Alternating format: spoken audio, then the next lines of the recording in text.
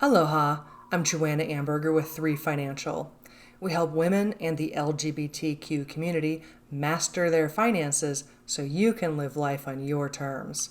Today, we're talking about financial feminism. For years, women have had the financial odds stacked against them. Systematic oppression, gender stereotypes, and lack of education, among many other factors, have led women to earn and save less money. This puts single women, divorced women, and LGBTQ women at a major disadvantage and adds another layer of difficulty for married women in unhappy or abusive marriages to leave. Financial feminism is all about taking back control of your finances, building a financial foundation, and taking up space in the financial world so you can live the life you want to now and into retirement. The goal is to attain financial freedom, which gives women the opportunity to make their own decisions with the money they've earned. Do you want to have a child? Would you prefer to travel the world for 5 years? With financial freedom, you can make these decisions without being dependent on someone else's money. So, how can you take back control of your finances, and why should you care about financial feminism? Well-managed finances are often the key to success in any person's life. Navigating the financial sphere, like paying off bills, saving for retirement, paying taxes, and managing your day-to-day expenses, is already difficult enough as it is. Dealing with gender-specific financial struggles on top of that can make it even more confusing, frustrating, and unbearable. Financial feminism is all about addressing just that and more by empowering women to make their own financial decisions. Women are generally paid less than men, we already know that, but they also may lack the financial literacy skills and confidence to invest and save money, level up in their careers, and manage their finances. Financial literacy starts at a young age, and several studies have proven that the inequality starts young. Boys receive more allowance than girls growing up, often for less work. That disparity continues into adulthood. According to the Global Gender Gap Report in 2021, women still earn only 86 cents to a man's dollar for a similar role. In fact, in the U.S., women earn less than men in nearly all occupations. And the pandemic has set back women's labor force participation more than 30 years, which will undoubtedly have a big impact on women's collective financial freedom. Furthermore, women tend to live longer lives than men. Researchers in Germany estimate that 75% of women aged 35 to 50 are at risk of poverty in old age because they are not adequately preparing and saving for retirement. The long and short of it, women earn proportionately less than their male counterparts, and lowered labor market participation and other systemic biases compound that effect. As a result, women are far less likely to invest and build wealth over the course of their lives. Women face unique challenges when it comes to building a successful financial future. First off, there's shame. How many times have you been told that it's rude to talk about finances or ask about how much your coworkers are making? From a young age, women are taught to keep quiet about finances. In fact, they're even taught that asking about finances is rude. It's a deeply ingrained concept rooted in sexism. It's no surprise that women adopt feelings of shame around money and finances that follow them into adulthood.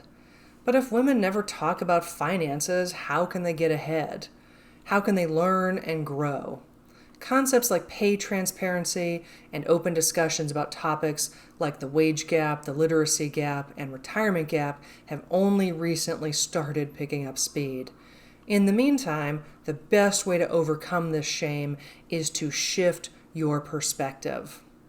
Kim Constable, CEO of the Sculpted Vegans, said, "When you are clear on your values and you know your own worth and what you bring to the world, it's easy to talk about money, because money is just an expression of your values." Money, or the way you use it, can certainly be an expression of your values.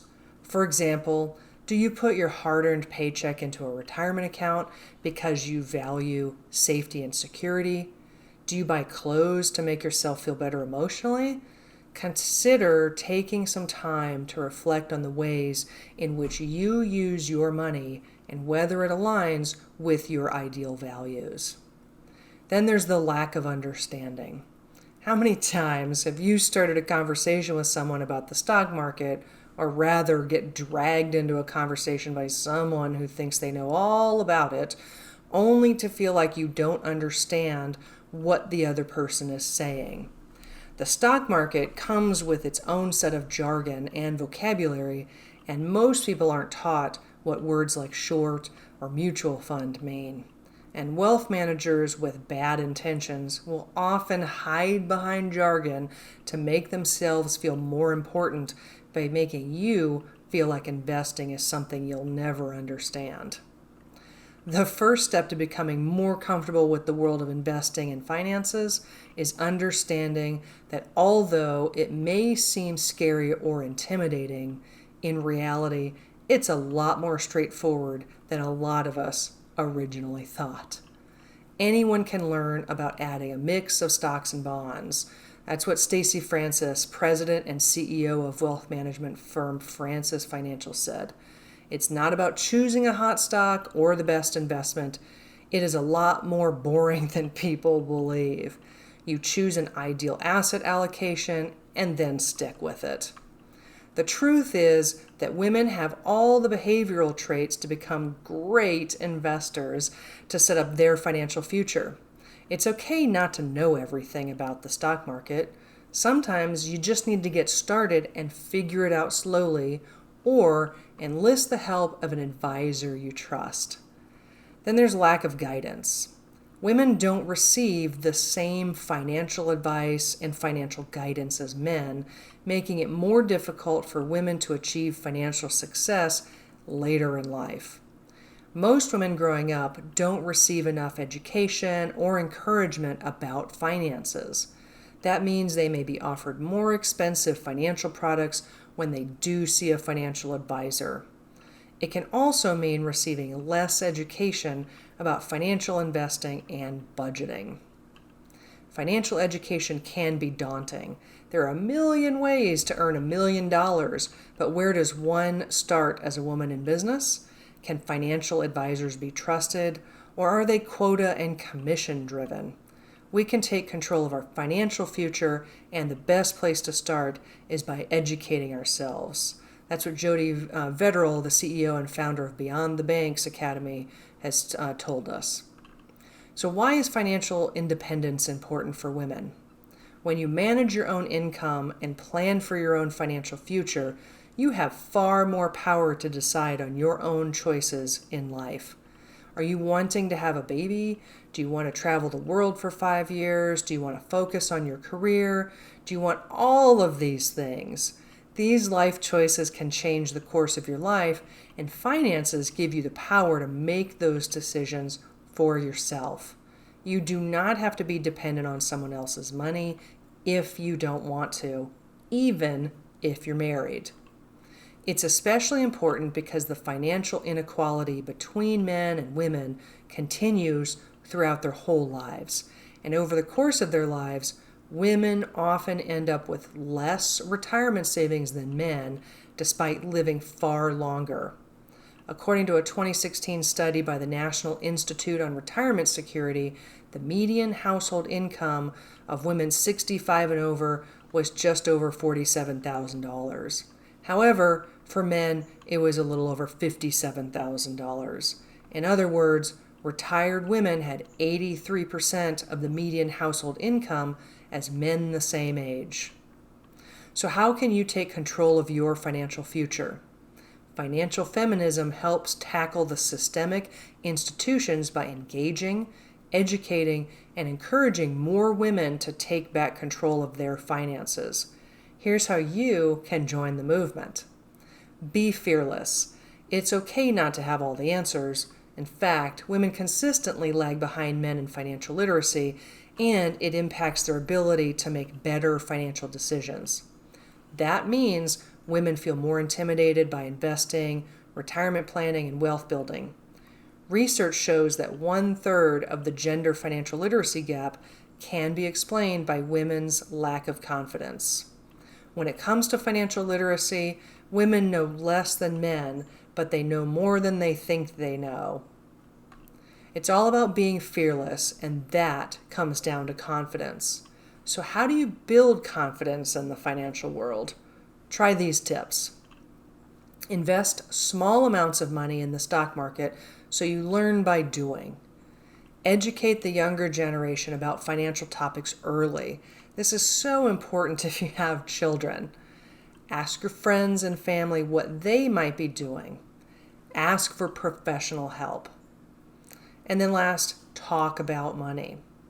As I've mentioned previously, many people are taught from a young age to avoid conversations about money, and that's especially true for women. That means how much you make, how much your coworkers make, and how much you budget, and the list can go on. According to the Elvest Financial Wellness Survey of 2021, only 14% of women said they regularly talk with others when looking for support and guidance.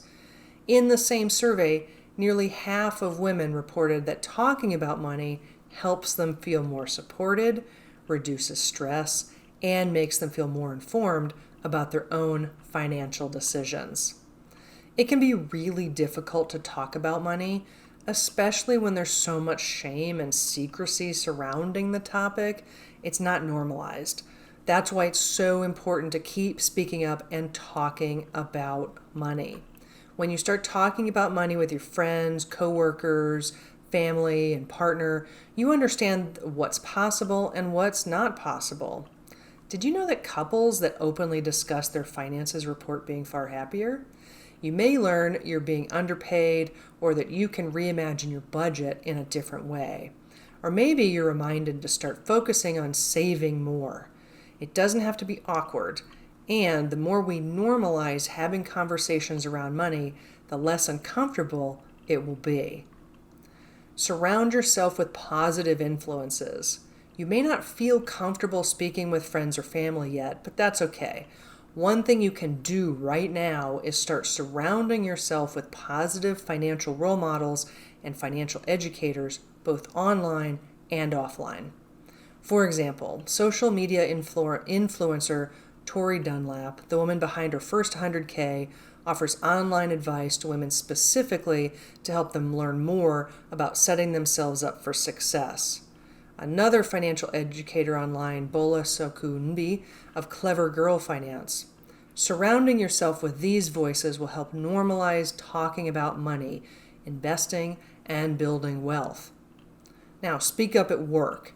For so many people, the discussions about money begin at work. The more you can improve this situation in your own office, the better you make it for all your fellow women.